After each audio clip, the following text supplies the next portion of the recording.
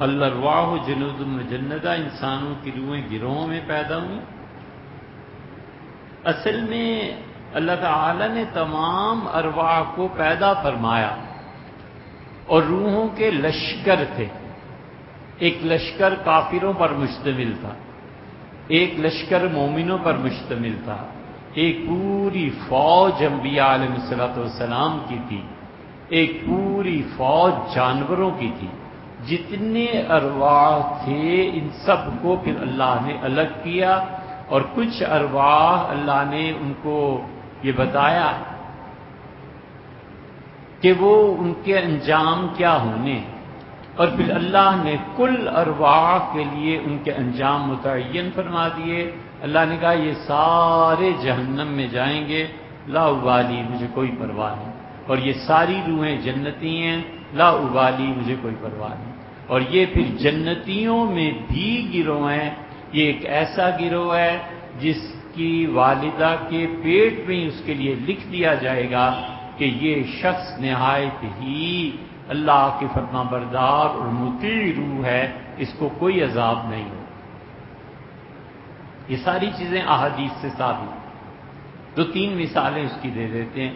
مثلاً عبد الرحمن ابن عوف رضی اللہ عنہ جب شدید بیمار ہوئے تو جو خواتین تھیں سرحانے کمرے میں تھیں، تو ایک وقت آیا جب ان کی روح بند ہو گئی۔ عبد الرحمن ابن عوف رضی اللہ عنہ کی عورتیں رونے لگیں، پھر ان کو ہوش آ گیا کہ کیا ہوا ہے۔ عرض کیا گیا کہ آپ کا تو انتقال ہو گیا تھا۔ ان کا نہیں، میرے ساتھ عجیب معاملہ ہوا، میں تم لوگوں میں ہی تھا تو میری روح جیسے ختم ہو گئی ہے اور میں ایک اور دنیا میں پہنچ گیا ہوں۔ وہاں میں نے دیکھا کہ خدا کے فرشتے آ گئے ہیں، کچھ تو بہت خوبصورت اور حسین لڑکوں کی صورت میں، اور کچھ بہت ہی طاقتور اور سیاہ رنگ کے۔ تو جو طاقتور اور سیاہ رنگ کے عذاب کے فرشتے تھے وہ میری طرف بڑھے، تو ان لڑکوں نے انہیں روک دیا۔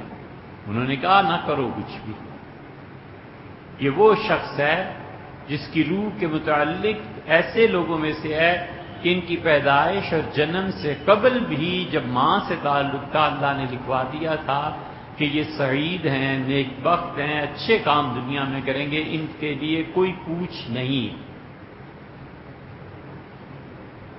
مسلم وغیرہ میں بھی روایت آتی ہے کہ روحوں کو الگ کیا گیا اور اس سے آدم علیہ السلام سے کہا گیا کہ یہ تیرے بیٹے ہیں جن کو میں نے نبوت دینی ہے، اور پھر اللہ نے انہیں بتایا تو انہوں نے اس میں سے داؤد علیہ السلام کو دیکھا۔ انہوں نے پوچھا اللہ یہ اتنی روشن زبردست طاقتور روح کیا ہے؟ تو بتایا گیا کہ یہ تمہارا بیٹا داؤد ہے۔ تو اس سے داؤد علیہ السلام کی پھر عمر کا قصہ چلا، لمبی حدیث ہے، ہم اس کو پہلے بھی بیان کر چکے۔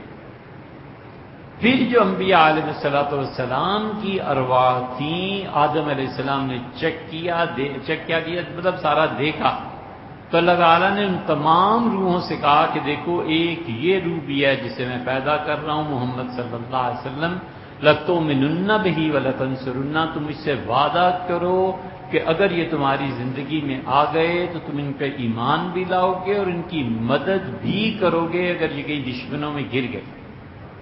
انہوں نے کہا کیوں نہیں؟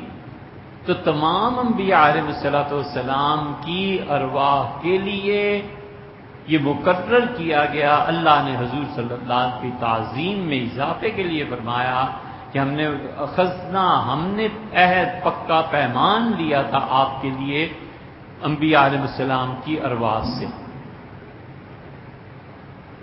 ایک تیسری روایت میں آتا ہے کہ اللہ تعالی نے دکھایا حضرت آدم علیہ السلام کو، کیا مسئلہ ہے جی آپ فرمائیے۔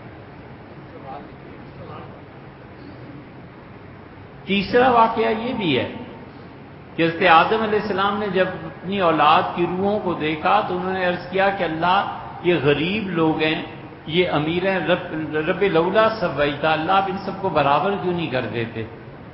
تو اللہ تعالیٰ نے فرمایا کہ اگر ہم سب کو برابر کر دیں نا تو کوئی کسی کا کام ہی نہیں کرے۔ اس حدیث کی غلط تشریح نہیں کرنی چاہیے۔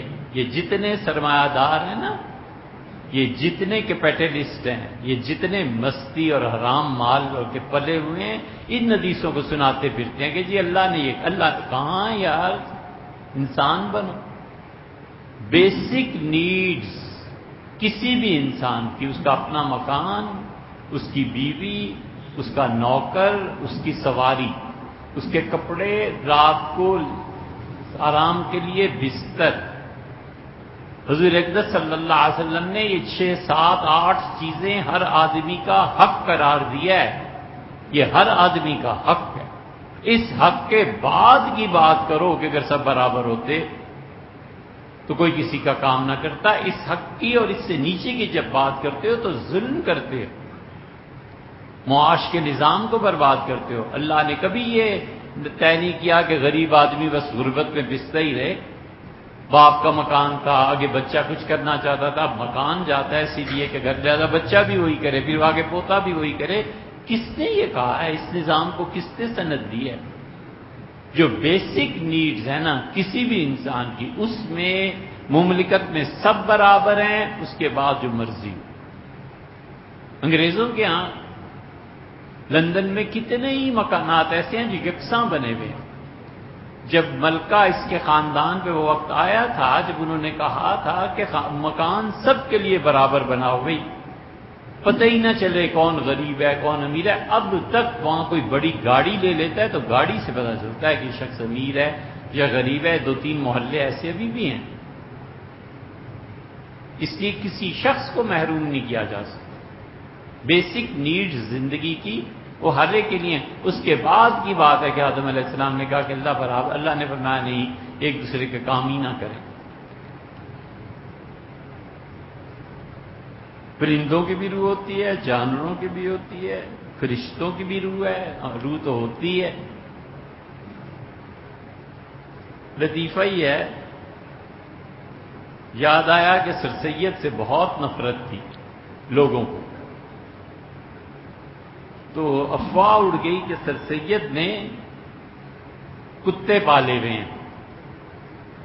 تو سر سید نے کیا کتے پالنے تھے؟ تو کہیں یہ اور مولانا عبدالحی فرنگی محلی رحمہ اللہ سفر کر رہے تھے، تو بات کوئی چھڑ گئی اور پتہ نہیں یہ بات مستند ہے یا نہیں، لیکن سر سید نے گفتگو شروع کی تو انہوں نے کہا توبہ توبہ، کس سر سید کی بات کرتے ہو، اس سے تو کتے پالے ہوئے ہیں۔ تو اس نے کہا حضرت مرتے پہ تو اس کے فرشتے آئیں گے۔ کہنے لگے ہاں وہی فرشتے جو کتوں کے لیے آئیں گے اس کے لیے بھی آئیں گے۔ اور ان کا ہنستے والا یہ اتنے تیز جملے، ان کا لگتا ہے تم سر سید، اس سے کیا لگتا ہے آپ مولانا عبدالحی ہیں۔ ذہین آدمی تھے نا، پہچان گئے۔ تو اس سے کتے کی بھی روح ہوگی۔ ہمارے یہاں آپ دیکھتے نہیں، جنرل پرویز مشرف جو تھے انہوں نے پہلی تصویر کتوں کے ساتھ یورپ کو بتائی تھی کہ میرا مطلب صحبت کن سے ہے۔ موجودہ ہمیں 3 ہی آدمی پتہ ہے، کوئی چوتھا بھی ہوگا۔ موجودہ پرائم منسٹر نے بھی یہی کیا، کتے ان کے ہاں تو خیر سب دیکھتے سنتے تھے۔ اور ایک جناح صاحب تھے، جناح صاحب بھی کتے پالا کرتے تھے، ان کے گھر بھی کتے رہتے تھے، کتوں کی پرورش ہوتی تھی، دودھ پلایا جاتا تھا۔